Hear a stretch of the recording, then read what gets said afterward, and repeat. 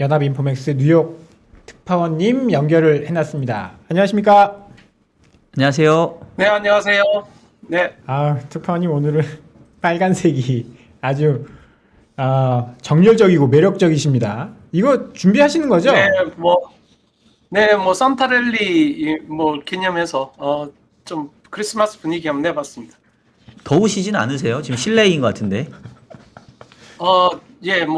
지금 일단 코디를 위해서 좀 참고 있습니다.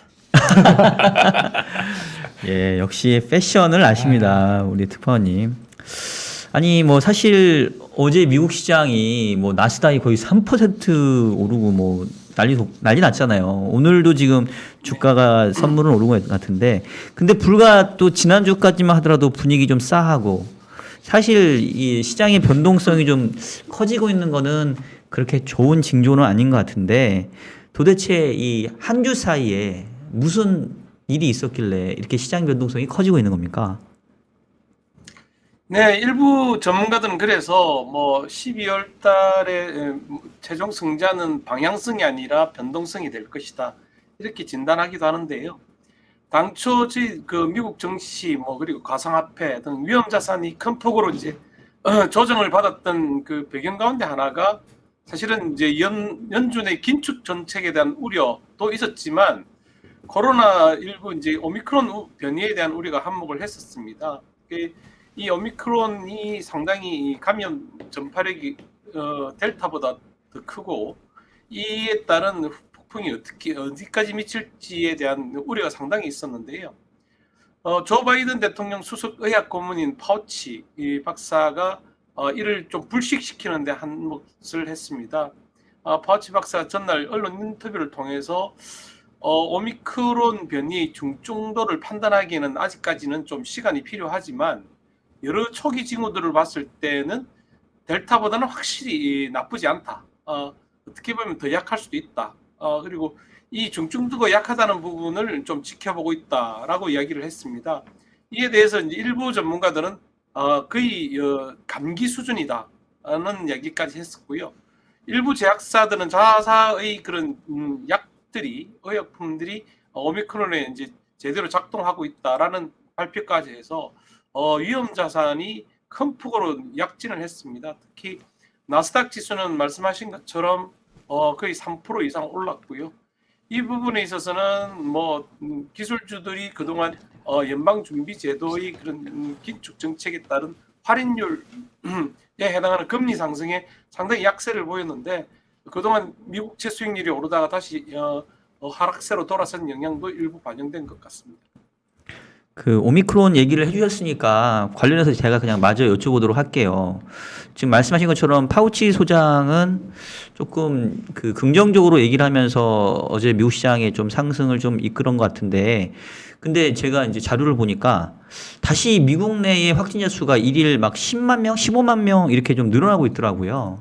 그래서 코로나가 다시 좀 확산되는 것 같은데 혹시 현지에서 느끼시는 어떤 소감이 다시 좀 공포감이 생긴다던가 아니면 확진자 늘어도 그렇게 별로 크게 상관 안 한다던가 어떠신 것 같으세요?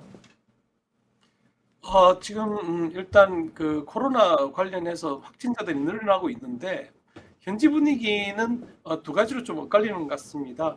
파우치 박사가 이야기를 하면서 금융시장은 상당히 안도하고 있는 반면에 특히 뉴욕시를 중심으로 당국은 바짝 긴장하는 모습을 보이고 있습니다. 지난주 목요일 현재 기준으로 보면 24시간 동안에 그 코로나19 백신을 접종한 게 220만 건이나 됐습니다. 그러니까 일부 부스터 샷이 좀 늘어나면서 크게 그 접종률이 올라간 것으로 보이는데요. 저도 사실은 이제 부스터 샷을 맞았습니다. 네. 지금 당초에는 워크인으로 맞을 수 있는 그런 부스트 샷이었는데 지금은 예약을 해서 맞아야 되는 형편이고요. 그리고 이제 뉴욕시는 민간 기업에 대해서도 백신 접종을 의무화하고 있습니다. 그래서 이 뉴욕 시장이 뭐라고 얘기했냐면 이건 코로나19에 대한 선제 타격의 성격이다. 그래서 민간 기업들도 이제는 코로나 백신 접종을 의무화해야 된다. 특히 5세에서 11세 어린이들도 백신 접종을 하지 않으면 공공장소, 특히 공연장, 식당 등의 출입이 금지된다라고 지금 발표를 했습니다. 그래서 이 부분에 대해서 당국은 일단 초기에 좀 다잡자는 그런 입장을 보이고 있는데요. 실생활에서 느끼는 것은 크지 않습니다. 지금 식당에서도 예전과 달리 뭐 뛰어앉는 그런 뭐 거리두기도 거의 없고요. 사람들도 상당히 많이 붐비고 하는 상황입니다. 네, 지난주에 뭐 오미크론 이슈 이런 것들 때문에 미국 증시가 좀 조정을 받았는데 이번 주 초에는 또 크게 반등하는 모습을 보이고 있습니다. 전문가들은 어떻게 보고 있죠? 지금 사실 나스닥이나 S&P 500이 밸류에이션이 조금 비싸서 조정받을 것이다라고 보고 있는 사람들이 뭐 좀 많은가요? 아니면 단기 조정이다. 지난번에 있었던 것 같은 단기 조정 이후에 다시 또 상승 랠리 펼칠 것이다라는 전문가가 많은지 뉴욕 현지 의견은 어떤지 궁금한데요. 네, 전문가들 사이에도 의견은 엇갈리고 있습니다. 우선 보면 금방 말씀하신 것처럼 밸류에이션에 대한 우려가 상당히 많습니다.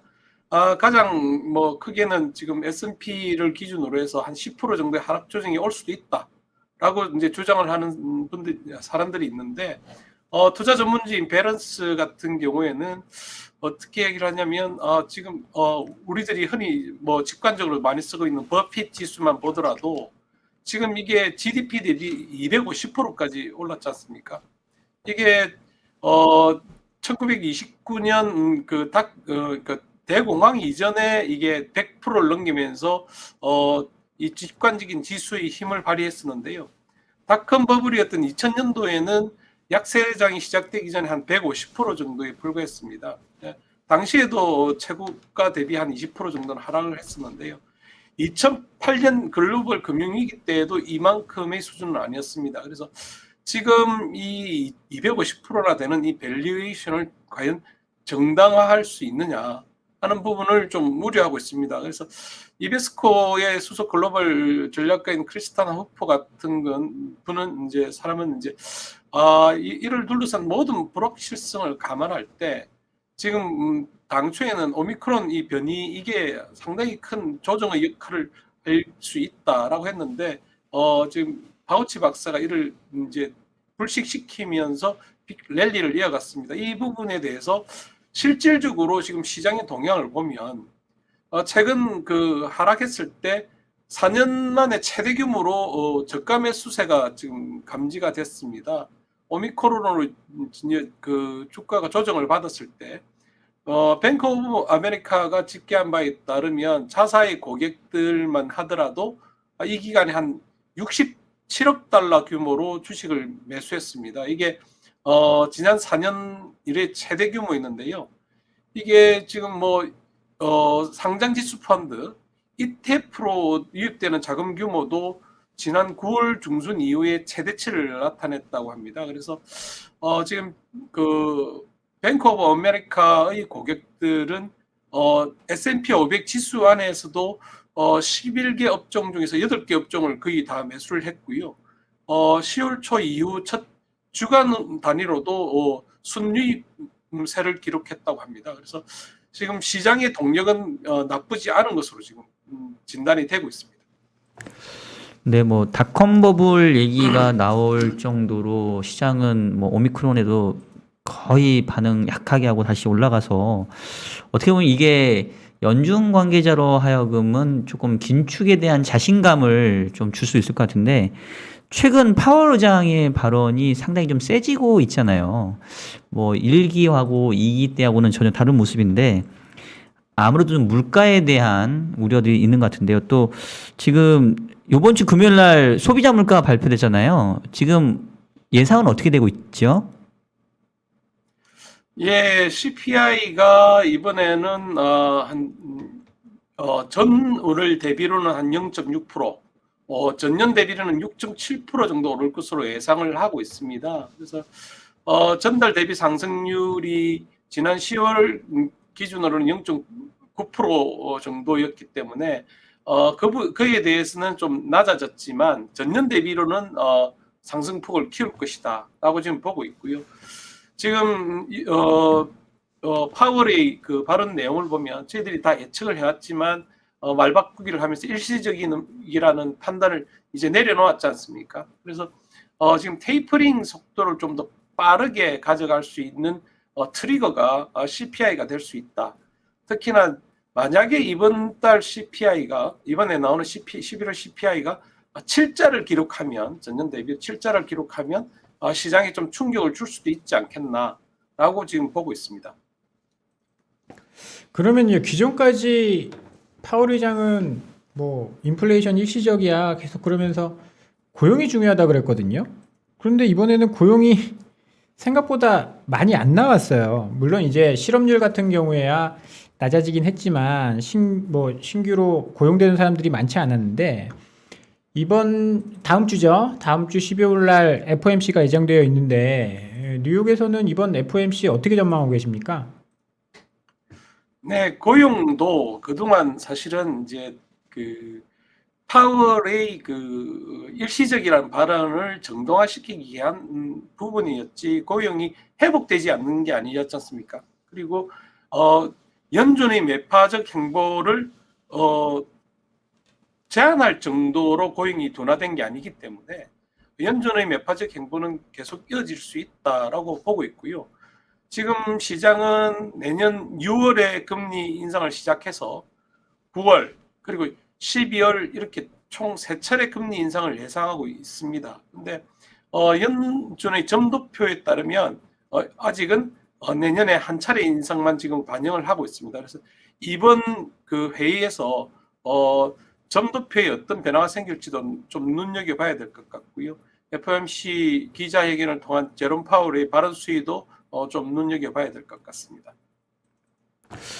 네, 앞서도 얘기했지만 사실 이제 미국 시장에 이제 과열 얘기도 나오는 상황인데 그 근저의 유동성에 대한 부분이 있기 때문에 아마 이제 더더욱 더 다음 주 관심이 있는 것 같은데 지금 FOMC 얘기해 주시긴 했는데 지금 현재로서는 뭐 얼마 전에 월스트리트 저널에서 그 테이퍼링이 내년 3월에 끝날 거다. 300억 달러씩 이렇게 높일 거다. 이제 이런 얘기가 나오고 있는데 그게 지금 거의 컨센서스가 형성됐다고 봐야 될까요?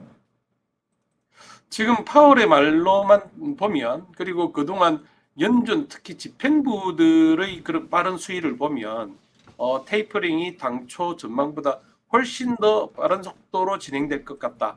그 부분은 컨센서스인 것 같습니다. 그래서 지난주에는 이런 우려 등을 반영해서 미국제 10년물 수익률이 한때는 1.6%까지 오르고 이런 우려를 반영을 했었는데 오미크론 우려가 다시 금리 하락을 견인을 했었고요. 테이퍼링은 분명히 당초 전망했던 것보다는 빠르게 진행될 것 같다. 앞서 말씀드린 것처럼 금리 인상 시점도 당초에는 내년 7월로 첫 개시 시점을 잡았다가 6월로 앞당긴 게 결국은 테이퍼링 일정하고도 연동돼 있는 것 같습니다. 네, 그리고 최근에 테슬라 주가가 조금 흔들렸어요. SEC에서 조사한다 이런 이야기들이 좀 있었거든요. 이게 내부 고발에서 시작됐다라고 하는데 좀 자세한 내용 좀 전달해 주실 수 있겠습니까? 네, 뭐 전직 테슬라 직원이 내부 고발 형태로 테슬라가 생산하고 있는 그 태양광 패널 시스템 관련해서 화재의 위험을 주주들과 대중들에게 제대로 알리지 않았다라고 주장했었고요. 이 부분에 대해서 SAC가 이제 들여다보기 시작했다 하는 내용입니다. 그래서 이런 내용을 바탕으로 테슬라 주가가 한때 좀 흔들렸었는데요. 일단은 이 부분은 일종의 노이즈일 가능성이 좀 있는 것 같습니다. 그동안 테슬라에 대해서 좀 그 목표 주가를 아주 낮춰 잡았던 UBS 같은 금융기관도 테슬라 목표 주가를 1,000달러로 상향 조정하면서 내년 전기차 시장에서 테슬라가 거의 독주할 것이라고 지금 진단을 해놨습니다. 그러니까 목표 주가를 상향 조정한 것보다 상향 조정한 배경을 주목할 필요가 있는데요. 테슬라가 이제 그 수직적 통합을 통해서 반도체와 배터리에 대한 그 접근권을 그러니까 구조적으로 개선했다. 그래서 이 테슬라가 시장의 주도권을 확고하게 다지게 될 것이다라고 지금 진단을 하고 있습니다. 그래서 이게 지금 테슬라가 제가 여러 차례 말씀드렸지만 이게 게임 체인저가 좀 될 수 있는 부분이 여러 가지가 있습니다. 예컨대 테슬라가 그 자동차 셰시 있지 않습니까?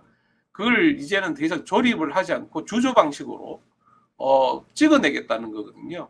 이 자동차 그 모형 자동차처럼 주조 방식으로 찍어내서 지금 생산성을 높이겠다라고 하는 이야기를 하고 있고요. 이미 이를 적용한 공장이 독일과 텍사스 공장에서 지금 적용이 되고 있습니다. 이게 가동이 되기 시작하면 아직까지 눈에 보이지 않았지만 이런 전혀 색다른 다른 방식의 자동차 제작 방식이 가시화된다면 테슬라에 대한 밸류에이션에 대한 부분은 다시 한번 더 시장에 초점이 되지 않을까 이렇게 보고 있습니다. 아울러서 전에 제가 말씀드렸지만 테슬라는 소프트웨어로 지금 자율주행 자동차를 제어하는 걸 지금 시도하고 있습니다.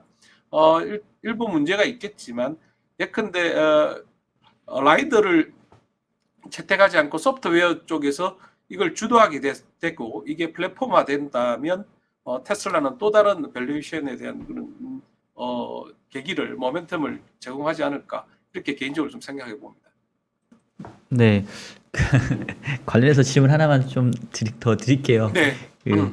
네. 테슬라 얘기하면은 또 사실 그 리비안하고 루시드 얘기를 또 안 할 수가 없는 것 같은데, 리비안이 이제 상장된 이후에 크게 올랐다가 최근엔 또 좀 빠지는 모습 보이고 있는데, 또 한편에서는 여전히 그 제2의 테슬라로서의 기대감도 계속 가져가는 것 같아요. 혹시 현지에서 리벤에 대한 시각들이 조금 더 어떤지 체감적으로 느끼시는 것들 좀 있으실까요?